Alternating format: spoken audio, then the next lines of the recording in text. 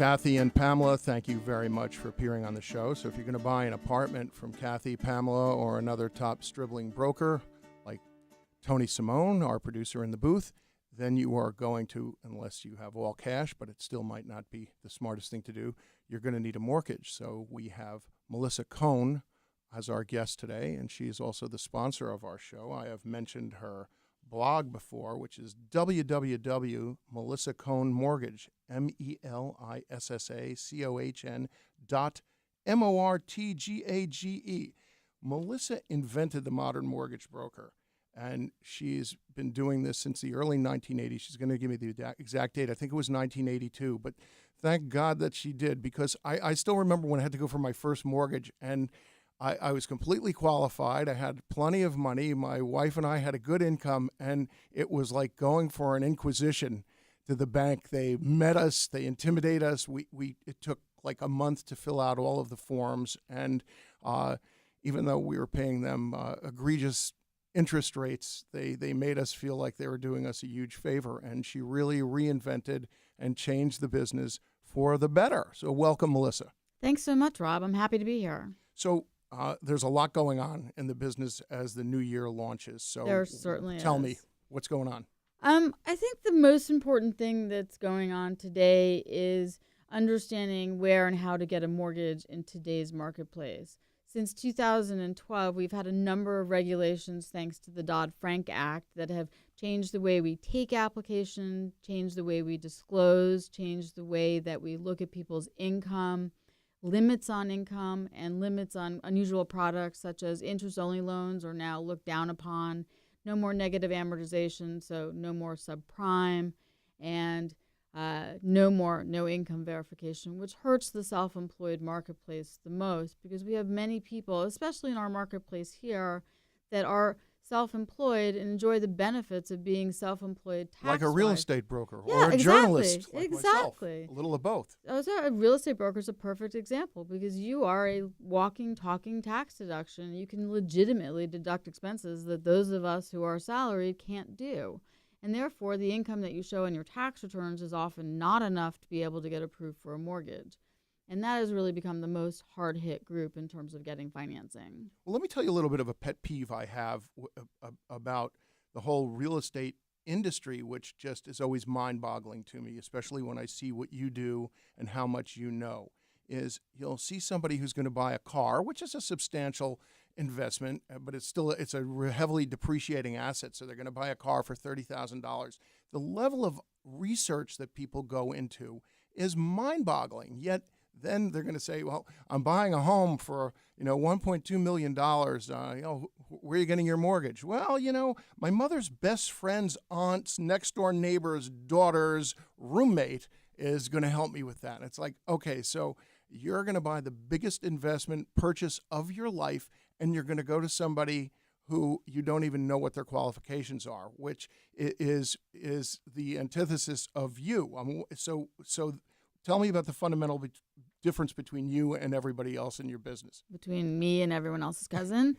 I think that, first of all, friends and family through my entire career has always been a big mistake, because it's important to go to someone that understands the marketplace that you're buying in, understands the building that you may be buying in New York City. Can you get financing on that building? What banks will finance? What banks won't? And where do you qualify? Every different bank, although we generally follow Fannie Mae, nationwide standards for getting approved, every bank has a nuance. We have some banks that are willing to look at passive losses that are listed on people's tax returns, maybe if you're in real estate as an active loss, that are not real cash flow losses to you. We have banks that understand that not everyone has perfect credit, and that if your credit is not perfect, it may be only because of the way the computer scores you. A $10 charge-off from Bloomingdale's from 10 years ago from the person that you lent your card to that you never realized actually used it shouldn't be a negative if you have an otherwise unblemished credit. And in today's world, everything is computerized. So if you don't meet the credit standards based on the computer formulas, you may end up having a low credit score even though you're a very good credit. And it also goes to how you show your income. So you really need to know that you're going to someone that will understand all of the components of your purchase. Meaning, do they know the property? Can you get it financed, as I said? Do you qualify? And do you qualify for the product that you want? And oftentimes, it's a combination of the two, because there are some banks who will finance your building but won't give you a 30-year fix, but will give you a great 10-year adjustable. So I think that what my motto or statement always for the past 34 years in business is that you have to get to know your borrower, get to know where they're buying, who they are, what are their intentions, how long are they going to stay there, and what kind of risk are they willing to take? Because a 30-year fix, for example, is not always the right answer. And people also tend to rely upon what they read online, in newspapers, in magazines about where interest rates are going, which may not necessarily be accurate or relevant to their situation. And you have to know education is your best friend when you're taking a mortgage.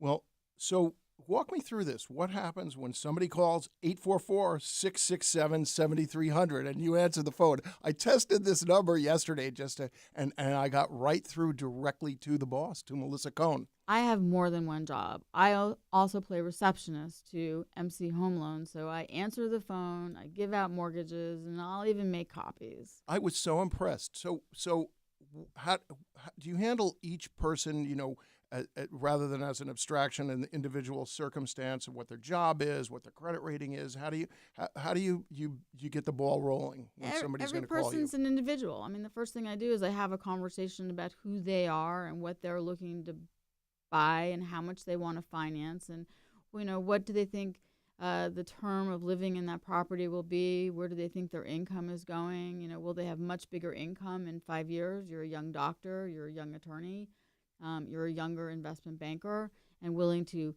have a lower rate and a lower payment now in exchange for the risk of that rate or payment going up in the future. And everyone is an individual, and I think that it's important that you treat each person as a person and not just a number. We've seen so much lately that all these banks are trying to go high tech. You don't have to talk to anyone.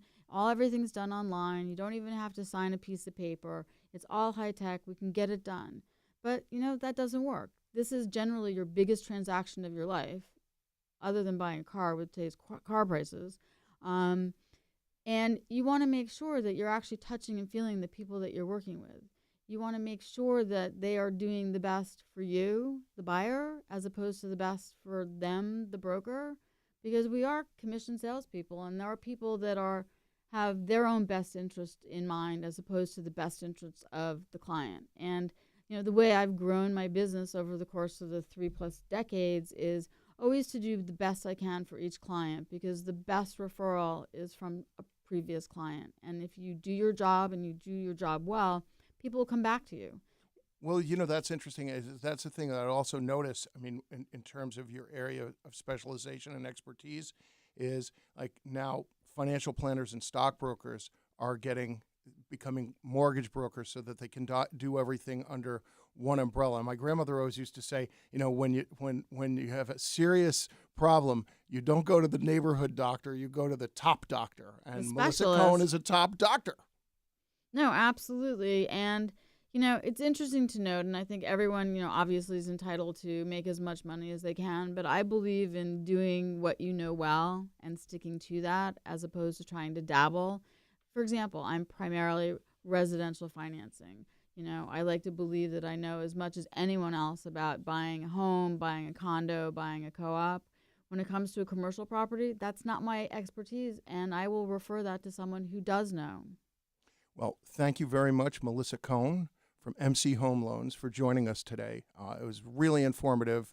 You know more about mortgages than anybody I've ever met, and I've dealt in real estate now I've had my real estate license since I was 18 years old because my mother forced me in order for her to start her own firm. And I actually thank her for that every day because I flipped a lot of my own apartments and I've done well in the business myself.